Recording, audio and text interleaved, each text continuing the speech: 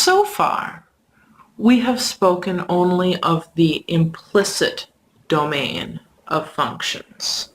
That is, we've referred to all of the values of x that make sense to plug in to the formula.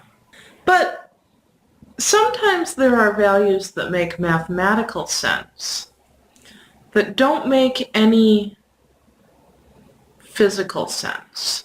Let me show you an example. Suppose we have a rectangle, and we want to write its area as a function of its width. Call it W. All right, so here's our rectangle. Here's its width. How long is this other side? Well, its perimeter is W plus W plus the length of these two sides. We're not going to go into this in too much depth now, but we'll find that 10 minus W as the length of these two sides will give us the perimeter we want. W plus 10 minus W plus W plus 10 minus W will be 20. So the area as a function of W will be W times 10 minus W. Doing that multiplication, we get A of W is 10W minus W squared. This is a polynomial function. All real numbers make sense plugged in here. Do all real numbers make sense as values of W? No, of course not. The width has to be some positive number. The length also has to be some positive number. Solving this inequality, we get negative W is greater than or equal to negative 10. Divide both sides by negative 1. W is less than or equal to 10. W has to be greater than or equal to 0. It has to be less than or equal to 10.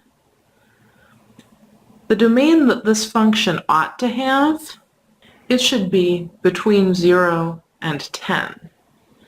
How can we express that in terms of function notation? We write A of W equals 10W minus W squared. And then we write a comma. And then we write W is between 0 and 10. We write an inequality restricting the domain. And again, these restrictions will typically come from where we got the function.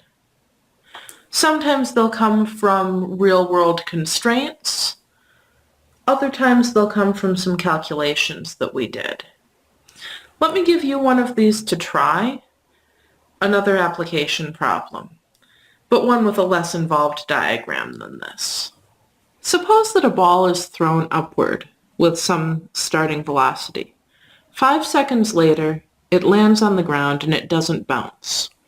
While it's in flight, its height above the ground is described by this formula. What is the domain of this function? Give your answer as a new version of this function h of t that shows the restricted domain. Pause the video and try this now.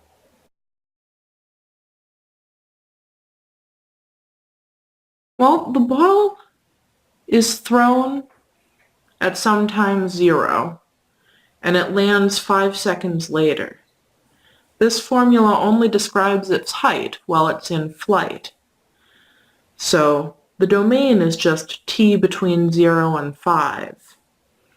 We'll write that as h of t is 80t minus 16t squared for t between 0 and 5. To make sure our story makes sense, we should make sure that h of 5 really is 0, but it is.